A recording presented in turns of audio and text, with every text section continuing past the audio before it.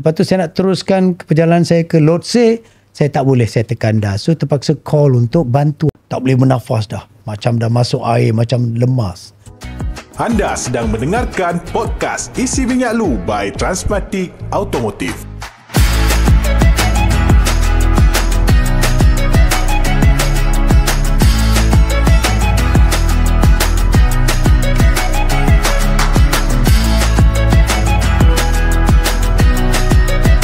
Tanya lagi satu sir. Everest kan dia, kita tahu ada kejadian-kejadian yang tak diingini, ada kehilangan nyawa dan sebagainya lah kan, dan difahamkan mayat-mayat tersebut pun dibiar di situ. Boleh saya kongsikan sikit bila saya ternampak mayat di tepi jalan untuk sambung pendakian tu, terutama untuk first ekspedisi bila saya nampak mayat-mayat tu kan, apa perasaan je? Saya kurang pasti baru-baru ni diorang ada gunakan AI untuk edit kata mayat. Actually kita jarang tengok benda ni. Di puncak, kalau laluan selatan masih lagi ada satu lagi badan, jasad pendaki itu masih lagi tergantung dekat Hillary Step. Itu satu sajalah yang kita boleh nampak.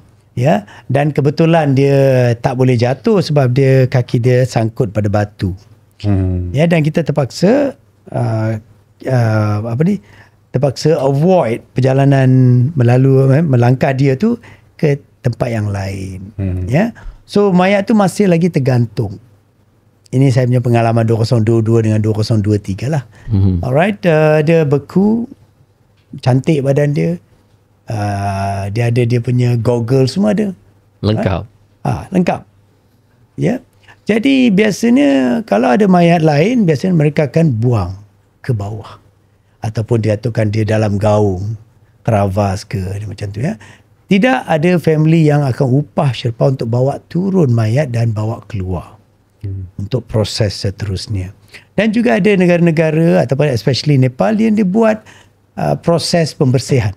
Ada dibuat proses pembersihan, melibatkan belanja yang besar lah. Mungkin dibuat juga. Tapi bila diorang buat cerita kata mayat everywhere itu semua, saya tak tengok lah.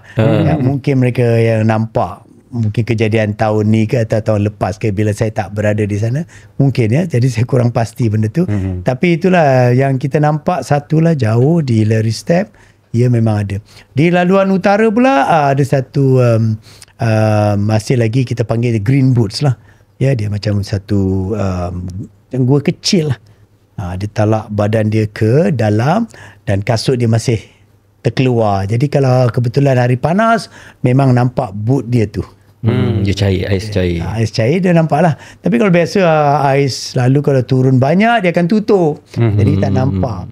Dan tambah lagi pula, bila kita berjalan, kita dengan goggles besar, dengan kita punya oksigen. Jadi jarang kita boleh tengok kiri kanan. Oh, mayat. Tak ada dia. Kita tengah struggle, kita langkah 1, 2, you know. So, susah untuk kita.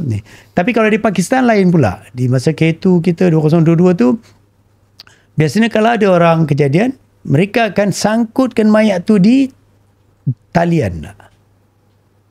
Mungkin sebab di Pakistan ni dia negara Islam, mungkin proses dia untuk memproses mayat ni lain sikit kot. Mungkin dia nak bawa turun, dia tutup ke, dia kebumikan ke, macam tu. Ya. So itu ya betul, ada 2 mayat tergantung di tali. Ya, sebab bila dah dia tak nak buang, dia simpan. Dia balut dengan jaket dia ke, atau balut dengan sleeping bag dan dia akan gantung. Ini yang kita nampak di tahun 2022 ya, semasa berada di K2. Mungkin sebab negara Islam dia tak boleh buat proses di mana dia just buang ke gaung ke, mungkin dia kena ada proses lain. Ya, jadi itu yang saya nampak lah dari segi mayat dan proses berbeza antara satu negara dengan negara lain. Pendapat saya lah kan, pada yang semua yang meninggal di puncak gunung ataupun di kaki-kaki gunung ni, apa antara faktor-faktor yang membuatkan diorang tak berjaya kekal hidup untuk turun ataupun untuk naik? Dia pelbagai sebab. Salah satu sebabnya of course keadaan badan kita semasa kejadian. Ya, katalah kebetulan macam 2023 kita bergerak ke puncak. Ya, saya bergerak ke puncak 16 hari bulan. Okey, 17 hari bulan saya sampai ke puncak. Lepas tu saya nak teruskan perjalanan saya ke Lhotse, saya tak boleh, saya terkandas. So terpaksa call untuk bantuan rescue daripada pasukan kita di base camp. Ya, bila kita call, mereka akan datang dalam masa beberapa jam, sehingga itu kita akan menghadapi masalah. Ya. Jadi bila berlaku tu, kita terpaksa minta bantuan. Dan kebetulan kita ada pasukan untuk membantu. Ada setengah orang tu mungkin dia tidak ada pasukan untuk membantu. So bila tak ada orang membantu, dia terpaksalah terima takdir yang mengatakan dia akan terkandas di sana. Tapi inilah cabaran dia. Bila kita mengambil cabaran, kita kena bersiap sedia untuk risiko yang yang paling ekstrim sekali. Risiko dia ni lah. Dan juga ada juga pendaki yang ditinggalkan sebab tak ada bantuan. Ada juga pendaki yang kena heart attack semasa perjalanan dan terpaksa meninggal. Walaupun dia ada bantuan, tapi heart attack ni akan datang suddenly dan you tak boleh buat apa-apa dah. Ya, ada juga yang jatuh, hilang terus. Ya, ada juga yang jatuh, cedera. Dan walaupun diselamatkan, tapi terlalu lambat untuk diselamatkan, terpaksa hilang pelbagai anggota badan. Ya. So ada pelbagai sebab benda ni boleh berlaku, dan biasanya adalah cabaran yang terlalu ekstrim yang you sendiri tak boleh, kata orang, you bersiap sedia untuk ni. Jadi pendaki-pendaki yang melakukan pelbagai pendakian setiap tahun ni, dia dah ready, dia dah bersiap sedia dah untuk keadaan yang sangat ekstrim ni. Dia dah bersiap sedia. Kita kenalah bersiap sedia. Kalau tidak, kita mula salahkan segala-gala yang ada di antara kita ni. Ya, kita salahkan pihak ketiga, kita salahkan ini. Tapi sebagai pendaki profesional, you terpaksa terima. Ya, satu masa nanti time kita pula yang akan kandas. So kita tak boleh, kita kena bersiap sedia lah, dan kita kena juga siapkan keluarga kita untuk menerima berita-berita yang kurang baik ni. Harap-harap tak terjadi lah. Tapi kalau dah terjadi, kita terpaksa accept the fact. Ya, this is an extreme sport, sukan yang sangat ekstrim. Ya, so sebab itulah orang kata pencapaian menawan Gunung Everest ni bukan satu pencapaian yang main-main lah. Memang satu pencapaian yang melibatkan nyawa, melibatkan family yang tersayang perlu tahu, pihak penguasa, even nak, macam Sir kata tadi, nak naik at least tahun, 2 tahun ke 3 tahun untuk berlatih untuk naik. Jadi dia bukan satu benda yang mudah. Satu benda saya nak tanya kepada Sir, selain kekuatan fizikal, penyediaan fitness dan sebagainya, kekuatan mental ni, macam mana sebentuk kekuatan mental yang kuat untuk naik? Saya percaya mental ni selalunya dibentuk dengan pengalaman. Ya, setiap kali kita melakukan satu perjalanan, dia akan membantu kita untuk menerima semua cabaran yang kita lalui dalam perjalanan tu. Lagi banyak kita berjalan, lagi banyak persiapan mental akan terjadi secara langsung. Kita tak tahu, tapi actually dia membantu kita. Benda ni bermula daripada sejak di bangku sekolah lagi. Itulah perjalanan kita pertama. Tinggalkan rumah, pergi ke sekolah. Ada kadang-kadang mak bapak yang hantar. Ada kita yang melakukan sendiri, naik kayu basikal. Bukan macam basikal sekarang. So kayu basikal dulu, semua kan kita pergi kan. So benda tu semua membantu kita melakukan persiapan mental kita untuk menghadapi cabaran. Jadi selagi banyak mana kita spend time mengambil cabaran masa kecil tu, dia akan membantu kita. Yang kedua adalah setiap satu perjalanan kita lakukan ke 5,000 base camp, 6,000 ke Island Peak, Merah Peak, Lobuche Peak, Him Leong Peak. Semua tu bila kita lakukan, apa akan berlaku adalah dia akan bentuk kita punya kekuatan mental kita. Jadi setiap satu cabaran akan membantu kita. Ya, bukan saja kehidupan dalam kehidupan kita, dia juga pendakian yang kita lakukan semasa 3 tahun perjalanan kita buat tu.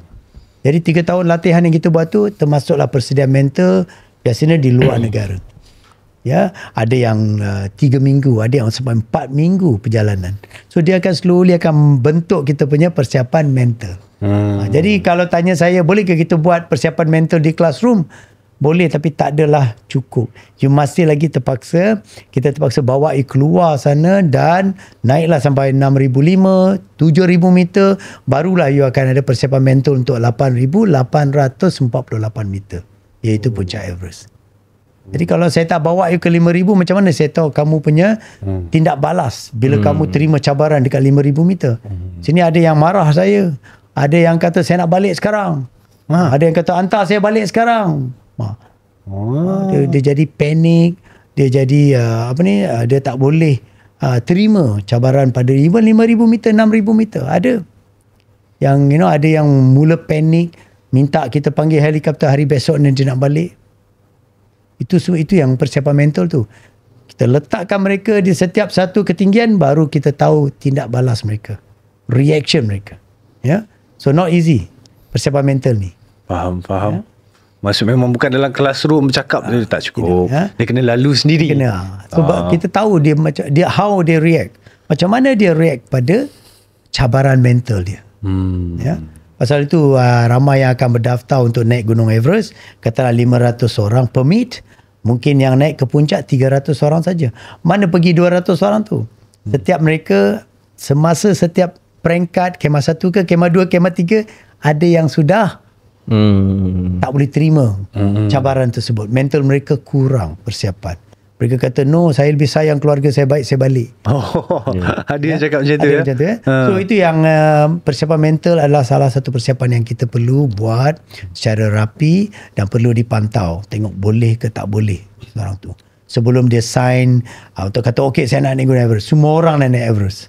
Kalau benda ni senang, semua nak naik Everest. Jadi mungkin dia baca semua senang, dia kata saya nak naik Everest. Tapi bila dia tengok dalam perjalanan tu, dia baca ada susah ni, ini rumit ni, tu, dia mula tarik diri balik. So ada ramai bila kita saja daftar, kita open dalam kita punya Facebook, kata okay, kita hantar satu pasukan 10 orang. Yang daftarnya 100,000 orang akan daftar. 100,000. Tapi setiap satu hari bila kita buat latihan, baru dia tahu penat dia, baru dia tahu susahnya, dia akan mula tarik diri. Akhirnya tinggallah 5 orang. Itulah yang terjadi waktu saya kongsi sikit lah kita punya shooting hari tu. Kita shoot untuk House of Champion, untuk RTM. Naik Gunung Angsi saja. Naik Gunung Angsi. Sebelum tu kita naik di gunung mana yang dekat MPJ? Bukit Gasing. Kita naik di Bukit Gasing. Bukit Gasing tu mula-mula kita tahu dia tak apa tinggi sangat. Semua cameraman bawa ekor dia kan. Sedepan sekali. Dia jalan je. Tapi semua yang kat belakang makin jauh.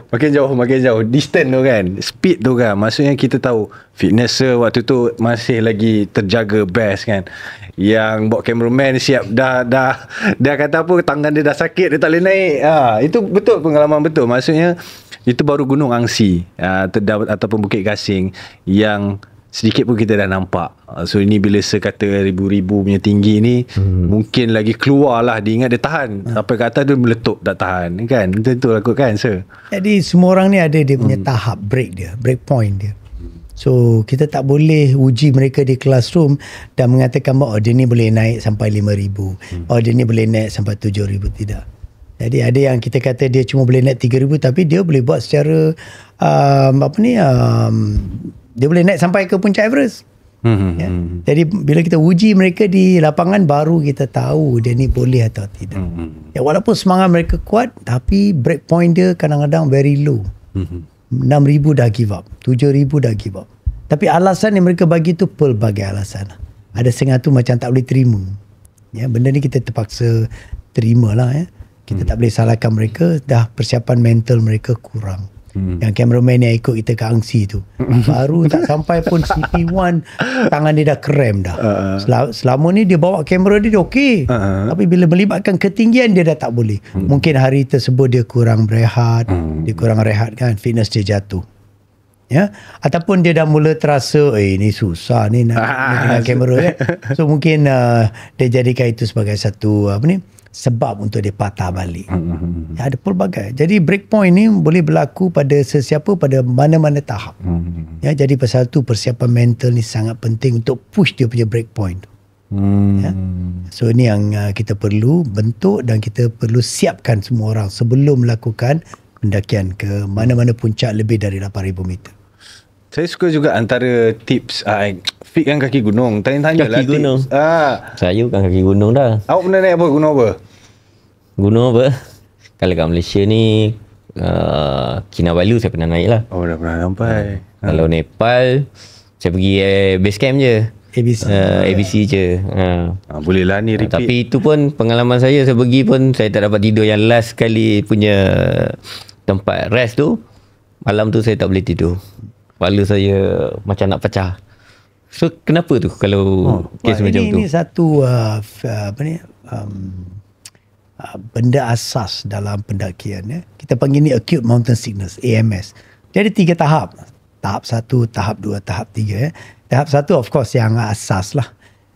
AMS, mild AMS ya, dia pening kepala, ada yang muntah, ada yang perut kembung ya. Ada yang kena diarrhea, ada yang demam, semua tu. Ini mild punya. Lepas tu level kedua adalah yang macam nak pecah kepala semua tu. Tak boleh bernafas dah. Macam dah masuk air, macam lemas. Itu dipanggil pulmonary edema, high altitude pulmonary edema ataupun HAPE. Alright, lepas tu yang ketiga adalah koordinasi gitu. Itu yang selalu orang buat salah dekat puncak Everest dan jatuh, mati semua tu. Sebab dia dah tak boleh coordinate diri dia lagi dah. Ya, itu dia kita panggil high altitude cerebral edema, HACE. Ya, 3 level ni, level yang ketiga dan yang kedua tu yang boleh mengancam kita. Kita boleh mati. Ya, kita akan lemas dan kita akan mati. Itu tahap kedua. Yang pertama tu mild tu. Kenapa benda ni berlaku? Disebabkan di Annapurna Base Camp atau kita panggil ABC track, dia akan naik. Tidur dia seolah-olah di puncak. Mereka tidur di puncak. 24 jam mereka tidur. Selalu mereka akan sampai dalam sekitar pukul 2.30, 3. Dan hari besok ni pagi mereka lepas ambil gambar semua mereka akan turun. Nah, bila you berada pada ketinggian 4,400 meter. 4,200 meter ABC ya. 4,200 meter. Bila berada sana, you tak ada lagi dah pergerakan ke atas. So apa jadi? You membawa badan kamu dan letak di sana. Selama 12 jam. Ada yang sampai 16 jam duduk sana. So badan tu apa jadi? Dia akan mula tunjuk reaksi kekurangan oksigen. Sebab dia stop. Kalau dia naik lagi, lepas tu dia turun ke bawah, barulah badan dia akan selesa. Tapi di sana tak boleh dah. Sebab itu paling tinggi. Tempat dia tidur tu paling tinggi. Selalu ni kita akan bawa diorang pergi berjalan-jalan, naik sikit lah 50 meter atau 70 meter supaya badan dia selesa. Lepas tu kita bawa dia turun balik untuk tidur. Teknik ni sangat penting. Ya, kalau you tak buat teknik ni, malam tu memang tak boleh tidur. Pecah kepala kamu. Ada yang sampai muntah-muntah. Ada yang sampai panggil helikopter nak turun. Sebab acclimatization yang tadi yang saya cakap tadi tu memberi masa cukup untuk badan kita menerima adaptasi tu. Kekurangan oksigen tu. You tak boleh duduk sana. Kalau you duduk yang selalu datang letih kan, terus lepak nak minum-minum nak, selalu akan kena. So malam tu memang tak boleh tidur sebab you punya otak ni, sel otak ni tengah pom. Ni kenapa saya dekat sini ni? So teori dia adalah bila saja pergi ke satu tempat, kita panggil go high, sleep kena tidur di bawah. So sepatutnya bila mereka pergi ke ABC tu, tidur mereka mesti di MBC. Satu kemah di bawah tu, macam Pucheri Base Camp. Sebab tapi teknik ni bukan semua orang tahu. Jadi sebabkan itu semua orang memanglah semua nak duduk di atas sana kan. Nak tunjuk saya tidur di 42 kan, tahap yang ketinggian yang paling tinggi. So disebabkan itu masing-masing akan ada, tapi tindak balas dia lain-lain. Ada yang pening kepala, ada yang muntah, ada yang, so dia bergantung pada keadaan fizikal mereka. Tak semua, reaksi semua orang berbeza ya. So ini dipanggil acclimatization. Dan di ABC tu kita tak boleh buat. Sebab itulah tahap tinggi yang you akan tidur. Ya. Jadi selalu ni kita sebagai pendaki profesional, guide profesional, kita akan bawa mereka berjalan. Kita akan cuba capai at least 50 ke 70 meter. Di Kinabalu pun masalah sama juga. So apa kita buat? Kita akan bawa mereka ke Pendant Hut ataupun pintu ke atas tu. Pintu sebelum kita pergi ke Summit Push tu, kita akan bawa ke sana lah.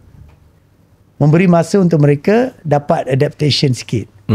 Ya? So itu yang kita selalu buat. Di even for Kinabalu kita buat. Cuma tak berkesan sebab kenaikan tu tak sampai pun 30 ke 40 meter. Oh, tak beza sangat. So tak nampak dia punya effectiveness of kita punya go high sleep low tu. So teori tu sangat penting. So teori tu tak boleh diamalkan di ABC. So sebabkan itu sure ada masalah. Tapi kalau you tengok di ABC tu semuanya satu floor saja dia punya tempat tinggal, semua tidur semua, sebab dia tak boleh capai ketinggian, bahaya nanti. Dah lah sampai, lepas tu tidur di atas pula tu, oh itu lagi bahaya. Ya. Oh, hari tu malam tu tak boleh tidur lah. Tak boleh tidur. Makan Panadol tak boleh. Sejuk. Oh. Tak makan Panadol pun. Pasal kita tahu ni badan kita tengah react. Tapi pagi esok okey, better. Oh. Okay, faham. Hari besok ni mereka menurun. Bila turun saja badan akan penuh dengan oksigen. Boleh berlari, siap berlari. Tapi biasa ABC turun ni dia panjang track dia. Track dia panjang. Tapi biasa dia orang akan ambil kereta, support kereta dan ambil jeep ke apa ke, ada ambil jeep kan. Macam saya tu hari dia naik dengan bas sampai ke ada satu tempat drop off tu sebelum jambatan tu. Kita panggil Nayapol lah. So, selalu dia orang akan buat macam tu lah. So itu pun tapi itulah permulaan cara kita belajar berkenaan dengan AMS. Itulah tempat dia. Itulah yang antara tips and tricks lah orang cakap kan. Maksudnya teknik. Naik atas tidur bawah sikit. Kan antara yang saya pernah kongsi small step dalam hiking kan. Untuk langkah kecil ni kita selalu praktis untuk mengurangkan kita punya pencapaian ketinggian yang terlalu mendadak. So bila you pakai small step, you memberi cukup masa untuk badan kamu menerima ketinggian. Kita belajar langkah pendek. Kalau langkah panjang ni selalu orang akan cepat sampai. Cepat sampai selalu terkena. Mungkin hari tu dia cepat sampai. Biasa muda. Semua nak tunjuk hebat. Semua nak tengok timing sangat. Timing dia nak dulu daripada kawan-kawan dia. No, I want to be the first. Kita ada yang kita guide umur 60 tahun pun nak berlumba. Di ABC tu dia nak berlumba. Saya dulu. 60 masih mendaki. Malam nanti baru dia tahu. Malam tu baru dia tahu. Tapi soal bas tadi Lokman jangan ingat macam bas ini Bas macam mana? Lokman kena pergi baru tahu bas dia macam mana. InsyaAllah. Dia ada bas orang kampung, sekali dengan orang kampung. Dia ada bas sedikit premium lah. Yang itu bas express nama dia. Tapi tempat duduk tak boleh. Tak ada recliner, tak ada. Tak boleh turun naik, tak boleh adjust. Macam bas sekolah. Lepas tu ada satu pula bas yang premium yang boleh adjust. Ada satu lagi yang siap diberi makan. Oh, itu yang level premium yang lah. Tiga VIP seat punya saja tu, level. VIP punya. So dia ada bas dia. Cuma kadang-kadang budget kita kecil. So kita pergi yang simple lah kan. Ya, saya budget kecil itu hari. Dia bas dia macam dalam cerita Tamil. Pernah tengok tak? Okey, ada orang buat ayam kadang. Betul ke? Dekat situ lah saya first time dengar horn telonlek tu. Dia ada music. Sekarang dah jadi satu kebiasaan kat lori-lori kat Malaysia kita dengar.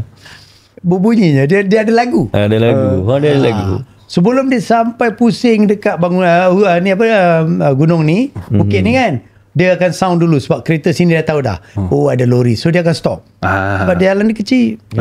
Itu yang dia kena kuatkan bunyi tu. Dia akan pasang lagu. So orang tahulah. Oh bas tengah datang ni. So orang akan berehat dekat sudut tu, dia tunggu. Bas tu dah over baru dia orang pergi balik. Tapi sepanjang semua mengendalikan ekspedisi ni ada nampak bas tu jatuh ke? Sebab dia memang saya ingat pengalaman saya memang pinggir gaung. Ada. Kalau selisih memang saya ingat bas macam ni. Betul. Itu yang risiko terlalu tinggi. Jadi kita inform budak-budak kita kalau boleh elakkan bas. Ada juga yang sanggup bayar $200 untuk naik penerbangan. Senang untuk elakkan risiko macam ni ya. So lepas tu dia jalan. So untuk mengelakkan ni, jadi tengoklah RM800, RM500, RM1,000 you tengok. Kalau you ada duit, ambil yang flight lah. Tapi kalau tak ada duit, you boleh pergi bajet ni, tapi berjaga-jagalah musim dia. Jangan musim tanah runtuh. Musim hujan 6 ke bulan 9 tak boleh, sebab itu masa tu monsun. Sana pun ada monsun. Monsun ada. Maksudnya tapi disebabkan murah, ada yang ambil. Ada yang pergi bulan Jun, Julai. Masa monsun dia pergi. Tapi apa berlaku adalah tanah runtuh, bahaya, bas jatuh. Kalau monsun summit attack pun tak boleh lah. Tak, boleh. Untuk ABC ni. Oh, ni untuk ABC. Untuk ABC ni jarang orang buat season ni, tapi kadang-kadang orang nak murah kan, off season kan. Orang pergi juga. Mungkin. Tapi di average tak ada, kita buat cuaca Selasa bulan Mei tu. So ni knowledge Jun dah hujan dah. Knowledge yang ramai yang tak tahu. Saya pun baru tahu. So dia murah sebab Season tu season berisiko. Off season, season berisiko kan, jadi tak ada orang. So apa dia buat? Dia bagilah murah supaya Orang ada lah datang. bisnes masuk. So itu yang kita kena mengelak lah during off season. Dan off season ni pula makanan dia tak terjaga. Semua yang sudah expired pun ada juga dia orang gunakan. Dia nak cuba habiskan stok mereka. Jenuh makan dal. Dal. Kita panggil Oh, tak panggil dalbat. dalbat. Oh, itu adalah satu makanan asas lah, macam sini kita nasi kan. Ya. Dia ada dia punya nasi dengan dal dia, dengan sayur dia. Ataupun kentang dia. So itu makanan asas orang sana. Dia bolehlah terima. Kita boleh terima mungkin seminggu ataupun 3-4 hari boleh lah. Lepas tu kita pun dah muak. You know? So ada cara lain kita bawa Sambal, serunding. daging ke apa ke, nasi apa ni, ikan bilis yang sudah goreng boleh. Cuma di ABC tu ada beberapa tahap tu dia tak benarkan kita bawa daging. Dia ada ini isu kepercayaan lah. So mereka mengelak daripada membawa daging ataupun benda berdarah ni ke atas. So kita terpaksa lah hari yang ke 5, 6, 7 tu kita terpaksa lah makan dal dengan kentang ke. You know? So itu satu yang kita terpaksa terima lah. Tapi di Everest Base Camp tak ada. Di Everest Base Camp you boleh makan masakan apa, daging semua boleh. Cuma di Everest Base Camp ni kalau you makan daging ataupun ayam, dia cuma tak berapa, mungkin rosak, contaminated sebab dia tak ada freezer untuk simpan. Tapi dia tak dia ada sejuk power kat sana kan? Walaupun sejuk, tak boleh dia tak ada power untuk simpan. Jadi terbiar lah. Bila daging terbiar ni ada juga yang akan rosak. You akan ada diarrhea semua tu. So you kena mengelak makan daging lebih daripada 3,000-4,000 meter sebab dia tidak ada freezer untuk simpan daging tu. Dan daging tu dia akan bawa daripada bawah ke atas. Itu pun ambil masa 2 hari, 3 hari. So dah rosak. So itu yang kita mengelak makan daging. Tapi telur boleh. Untuk protein you boleh gunakan telur. Tapi masa biasa kita pergi sana kita elak daging sebab kita Muslim. So negara sana dia makanan halal tu limited sikit lah. So biasanya kita gunakan canned food ataupun kita gunakan kita bawa lah daripada Malaysia. Ya. So semua tu kita kena organize. Ya, belum ada lagi tapi dah ada dah komuniti Islam di Kathmandu sekarang sudah ada. Kita ada pasar Islam yang sediakan makanan biryani cara halal semua dah ada dah. Cuma saiz tu kecil sangat. Jadi bila Malaysian pergi ni ramai sangat. Jadi mungkin tak belum lagi ada. Tapi kalau mereka dah nampak permintaan banyak, mungkin selepas ni kita akan bawa tukang masak lah. Yang boleh masak buat makanan halal. So boleh. Cuma mungkin ingredient dia tambah bahan mentah tu. Mungkin kita akan ada masalah lah untuk menjamin kebersihan dari segi halal tak halal ni. Itulah dia sedikit sebanyak orang kata tu perkongsian daripada Seravi sepanjang pengalaman naik ke Everest. Okey lah, kita ambil sikit luas konteks luas sikit sebelum kita habis. Pendapat Sir lah kepada sesiapa yang nak pergi naik Everest ni, kita bermula dengan gunung-gunung yang dekat Malaysia ni. Gunung mana yang menyediakan latihan yang baik untuk menyediakan pendaki dengan lebih baik untuk di Everest nanti? Well, sekarang kita sudah ada beberapa gunung yang kita jadikan sebagai benchmark tempat untuk kita menyediakan. Jadi dari segi kajian persediaan kardio, kita boleh lakukan even di Bukit Gasing. Ya, kita akan sediakan benchmark berapa kelajuan, berapa denyutan jantung yang mereka perlu buat dari segi persiapan. Ya. Jadi kita mula berlatih di Bukit Gasing. Itu permulaan dia lah. Dengan larian, dengan walking cepat semua tu ya. Dan selepas tu kita akan mula ambil persiapan G7 pula yang melibatkan endurance. Yang berjalan 3 hari, ada yang 4 hari, semua tu. Itu melibatkan latihan endurance. Yang kecil-kecil antara mereka ni Bukit Gasing dengan G7 ni kita ada Selangor Hike di Bukit Kutu, Gunung Hitam, Gunung Nuang, Gunung Hitam, semua ada. Ya, yang boleh kita lakukan dalam 5 jam, ada yang 8 jam, ada yang lebih dari 1 hari seperti Gunung Raja, ya kita boleh lakukan. Jadi persiapan ni lebih spesifik untuk pencapaian kardio, pencapaian kekuatan otot dan pencapaian endurance. Yang tidak boleh kita lakukan di sini adalah persiapan mental. Dan persiapan high altitude sekarang kita sudah buka di Kinabalu pula. Kita dah ada 4,000 meter, kita dah ada pusat di 3,900 meter kerjasama dengan Sabah Park. kita dah ada program ya, 2 kali kita dah lakukan di sana. Kita buka di 2024, sekarang sudah 2025. Kita lakukan program high altitude training pula di sana pula, sebab kita akan tidur di Gurkha pada ketinggian 3,700 ke 3,800 meter. Kita akan tidur di sana pula, nak tengok reaksi badan kita dalam kemah. So sudah ada dah tempat untuk kita dalam latih kemah, high altitude ya. Selepas tu kita ada di Indonesia untuk buat endurance dengan cardio. Kita ada di Jepun Fuji, kita buat winter climb dan juga summer climb, semua ada. Lepas tu selebihnya semua di Nepal, Pakistan untuk pendakian lebih dari 4,000, 5,000, 6,000 meter. Iaitu persiapan dia. Dan selepas tu persiapan 7,000 meter untuk kita melayakkan diri. Ada Aconcagua di South America, di Argentina, ataupun di Nepal, 7,000 meter. So itulah persiapan dia yang kita perlu buat untuk kita menyiapkan diri untuk ke Everest. So sudah ada dah. So sudah ada latihan, sudah ada format, sudah ada struktur untuk kita melatih orang untuk mencapai impian mereka naik ke Gunung Everest. Di Malaysia dan di rantau Asia. Ya, tapi kalau 3 tahun tu sedap lah. Tapi kalau ada yang dah retire 2 tahun, setahun pun kita boleh bantu mereka untuk capai impian mereka. Okay, faham. Rasanya cukup jelas dah ni. Siapa yang nak buat map plan untuk ke Everest, persiapan kan, nak buat persiapan. Saya dah naik kebanyakan gunung di Malaysia kot. Ada tak cerita-cerita ni lain sikit lah cerita-cerita seram ke, cerita-cerita adab masuk hutan ni kan. Sebab saya pernah kongsi sekali dekat Gunung Asi. Ni untuk podcast ni, share satu story saya. Okey, dia lebih bercorak individu. Ada yang percaya kuasa-kuasa mistik atau cerita-cerita mistik di sekeliling ya. Dan ada juga yang tidak percaya.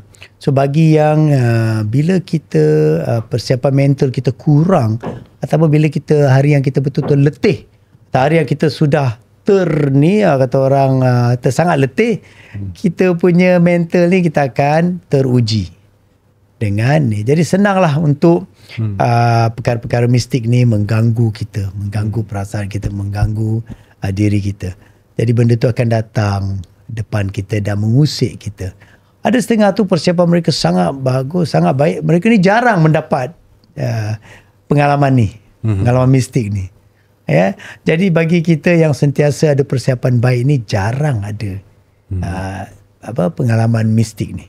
Ya, jadi yang kurang persiapan, yang selalu lemah, masih lagi tidak baik, mereka ni selalu akan ada kejadian hilang, kejadian diganggu, ya, kejadian dibawa ke tempat yang lain, ya.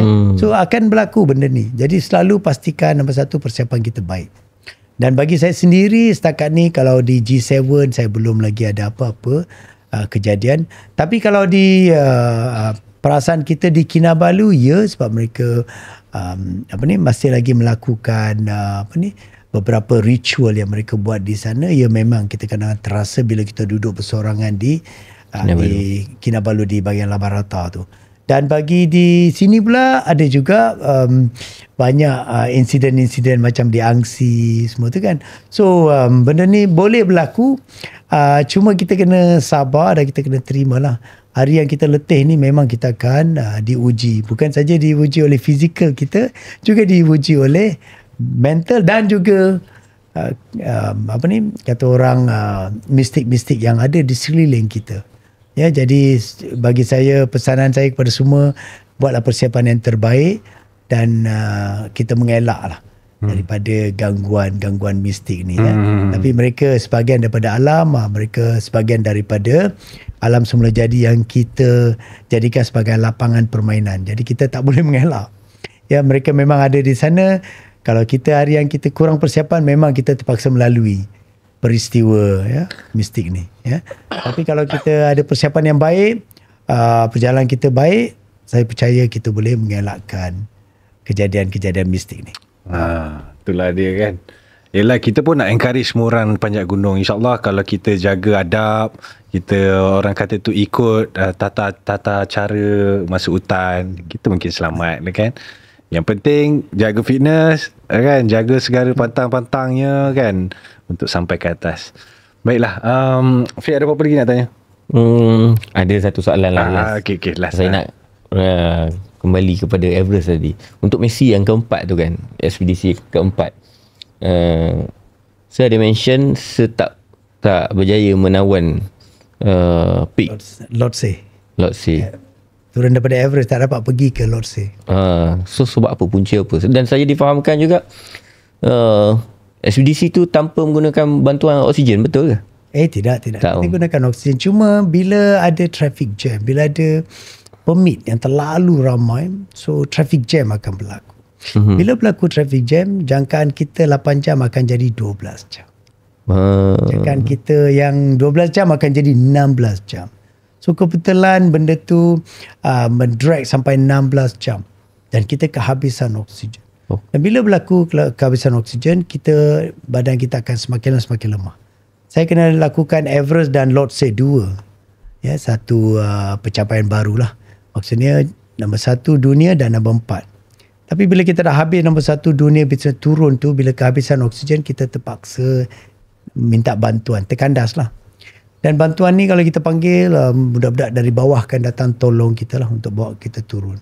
Tak ada cara lain dah.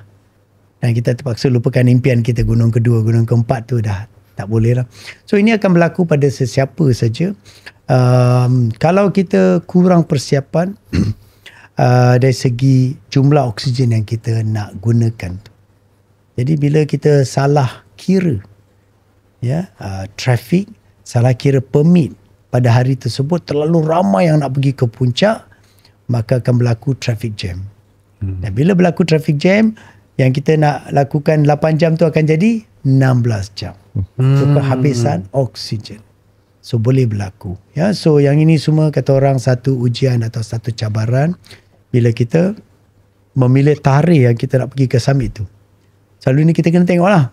Tapi biasa kita tidak tahu berapa ramai yang nak pergi ke summit. Bila kita dah ada di garisan, baru kita tahu mak Datuk ramai ni. So sabarlah belakang mereka, jalan slow saja.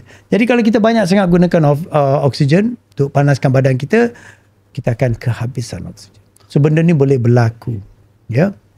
Dan bila keadaan keadaan traffic jam berlaku, banyak juga yang akan patah balik sebab kekurangan oksigen. Ada juga yang akan paksa diri mereka terus ke puncak dan balik. Ada juga yang akan tak dapat balik pun ada. So boleh berlaku pelbagai kejadian yang tak diingini. Tapi kita kena terimalah hakikat dia. So kalau kita betul-betul tak boleh, kita just panggil untuk bantuan Sherpa untuk datang tolong kita dan bawa kita turun ke bawah. Ya, biasanya kita kena ada insurans yang boleh bantu kita, ambil kita. Lepas tu kita kena pastikan kita ada pasukan yang kuat untuk membantu kita. Jadi kalau kita pilih pasukan yang kurang kuat ataupun kurang manpower, susah untuk mereka bantu kita. Ya, jadi ini salah satu aspek persiapan yang kita kena ambil kira. Siapa kita punya organizer dekat bawah tu yang boleh bantu kita bila kita menghadapi masalah atau emergency. So ini penting ni. Ya, jadi kejadian ni boleh berlaku, setiap tahun akan berlaku. Ya, sebab inilah dinamakan cabaran. You tak boleh kata orang 100% bulletproof, tak boleh. Yeah. Sebab you are dealing with nature yang boleh berubah. Hari yang dia tak suka kamu, dia tak suka kamu lah. Dengan ketinggian 300 meter ke 400 km sejam punya angin, kita terpaksa duduk dalam kemah tunggu cuaca baik. Ya. Okay.